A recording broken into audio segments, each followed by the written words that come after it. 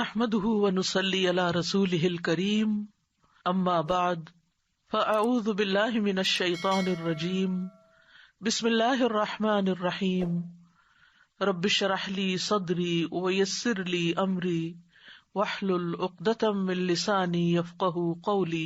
Alarm دور رکھیں تاکہ آپ کو اٹھ کے اس کو اٹھانا ہی پڑے، ورنہ وہ آپ کو اتنا اریٹیٹ کرے گا کہ آپ سو نہیں سکیں گے۔ تو بیدار ہوتے ہی روشنی کر دینی چاہیے، پنکھا اے سی بند کر دینا چاہیے تاکہ نیند کا غلبہ چلا جائے۔ اسی طرح یہ کہ ٹائمنگز اپنے مقرر کریں تاکہ اٹھنے میں آسانی ہو۔ پھر نیند سے طبیعت بوجھل ہو رہی ہو تو اپنے پاس ہی پانی رکھ کے سو جائیں اور اپنا ہاتھ اس میں ڈال کے، اگر کوئی نہیں چینٹا مارنے والا تو خود اپنے منہ پہ مار لیں اور اس کا بندوبست کر لیں۔ اور اسی طرح ہے کہ رات کو سوتے وقت بہت نہیں کھا کر سوئیں تاکہ آپ صبح جاگ سکیں۔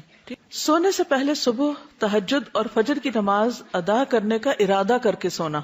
نبی صلی اللہ علیہ وسلم نے فرمایا، جو بستر پر آئے اور اس کی نیت یہ ہو کہ اٹھ کر رات کو نماز پڑھوں گا، پھر اس پر نیند کا ایسا غلبہ ہو کہ سوتے سوتے صبح ہو جائے، تو اس کو جس عمل یعنی نماز تہجد کی اس نے نیت کی تھی اس کا ثواب بھی ملے گا، اور اس کی نیند اس کے رب کی جانب سے اس پر صدقہ ہوگی۔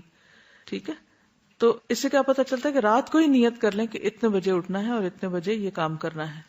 اگر کسی وجہ سے نہ بھی ہو سکا کبھی یا تاخیر ہو گئی تو بھی انشاءاللہ اجر مل جائے گا۔ رسول اللہ صلی اللہ علیہ وسلم نے فرمایا، اللہ تعالیٰ اس بندے پر رحم فرمائے جو رات کو اٹھ کر نماز پڑھتا ہے اور اپنی بیوی کو جگاتا ہے، اگر وہ انکار کرے تو اس کے منہ پہ پانی کی چھینٹیں مارتا ہے۔ اور رحم فرمائے اللہ تعالیٰ اس بندی پر جو رات کو اٹھ کر نماز پڑھتی ہے اور اپنے شوہر کو جگاتی ہے، اگر وہ انکار کرے تو اس کے منہ پہ پانی کی چھینٹیں مارتی ہے۔ کیا چیز انسان کو جگاتی ہے؟ کوئی شوق جگاتا ہے نا، کوئی موٹیویشن ہونی چاہیے کہ جا کے کرنا کیا ہے۔ تو جب تک آپ اپنا ڈے اس کے مطابق پلان نہیں کریں گے کہ اس وقت میں مجھے یہ کرنا اور ضروری کرنا ہے اور یہی ٹائم ہے میرے پاس یہ کام کرنے کا، تو اس کا نتیجہ کیا ہوگا کہ آپ کو جاگنے کا کوئی پرپز ہی نہیں ہے، کیوں جاگیں؟ لیکن اگر کوئی کام ہوگا تو آپ کہیں گے اوہ میں 2 منٹ بھی لیٹ کیوں ہوئی، تو اس وقت کے لیے کچھ اسکیجول کریں اپنا۔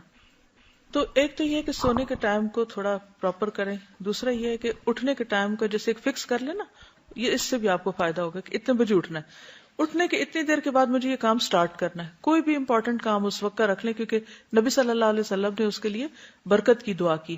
پھر یہ ہے کہ آپ یہ دیکھیں کہ مثلاً آپ کیوں نہیں اٹھ پاتے، کیا آپ کے جسم میں درد ہے، کیا آپ کو اس وقت بہت بھوک لگی ہے، ویکنس ہو رہی ہے، کیا آپ کی نیند پوری نہیں ہوئی، اس کی ریزن جانیں، اور پھر جب وہ ریزن پتہ چل جائے گی تو انشاءاللہ اس سے فائدہ بھی ہوگا۔ جب تک آپ بچے ہیں نا تو مائیں بہت بڑا رول پلے کرتی۔ مثلا مجھے اپنے بچوں کی سمجھ ہوتی تھی کہ اس وقت ان کو مساج چاہیے، اس وقت یہ حصہ پریس کروں گی تو ان کی آنکھیں کھل جائیں گی، اس وقت ان کو یہ کام بتاؤں گی تو یہ پھر جاگ جائیں گے۔ کوئی ایسی خبریں، کوئی ایسی چیزیں میں نے رکھی ہوتی تھی کہ جو ان کا دماغ ایکٹیو کر دیں۔ مثلاً آپ جسمانی طور پر تھکے ہوئے ہیں تو اپنی ممی سے کہہ دیں ممی آپ مجھے اس وقت میرے کندھے دبا دیں یا میرے سر کو یا میرے یہاں کان کو کچھ کر دیں، جو بھی آپ کا ٹریگر پوائنٹ ہے تو وہ اس سے آپ کی آنکھیں پھر کھل جائیں گی۔ ایک اور یہ ہے کہ آپ ڈیپ بریدنگ شروع کر دیں، اس سے آپ کے اندر ایک انرجی آئے گی، اور وہ جو خاص طور پر میں نے بتایا تھا نا کہ اگر ویکنس فیل ہو رہی ہے جو بھی ہو اس کے مطابق تو انشاءاللہ آپ دیکھیں گے۔ لیکن لازمی طور پر ایک اسکیجول کریں، اتنے بجے اٹھ کے اتنی دیر میں مجھے یہ کر لینا ہے، اتنی دیر میں ختم ہونا چاہیے۔ ویسے میرے لیے ہوتا ہے کہ اتنی دیر میں وتر پڑھنے ہیں، اگر میں لیٹ ہوئی تو میرا وہ اسکیجول چلا جائے گا قرآن پڑھنے میں۔ اب وتر کا ٹائم تو آگے نہیں جا سکتا نا، وہ تو اس کا اینڈ ہے نا، تو اگر میں نے سستی کی تو کیا ہوگا، پھر پیچھے رہ جاؤں گی۔ تو یہ تو ہو نہیں سکتا کہ کوئی کام نہ کیا جائے تو پھر اس کا کوئی اجر ثواب مل جائے۔ اور پھر یہ کہ اتنی دیر میں فجر کی نماز ہو جانی چاہیے، اتنی دیر میں اذکار ہو جانے چاہیے، تو ہر چیز کے آپ چنکس بنا لیں۔ وآخر دعوانا ان الحمد للہ رب العالمین، سبحانک اللہم وبحمدک، اشہد ان لا الہ الا انت، استغفرک واتوب الیک۔ السلام علیکم ورحمۃ اللہ وبرکاتہ۔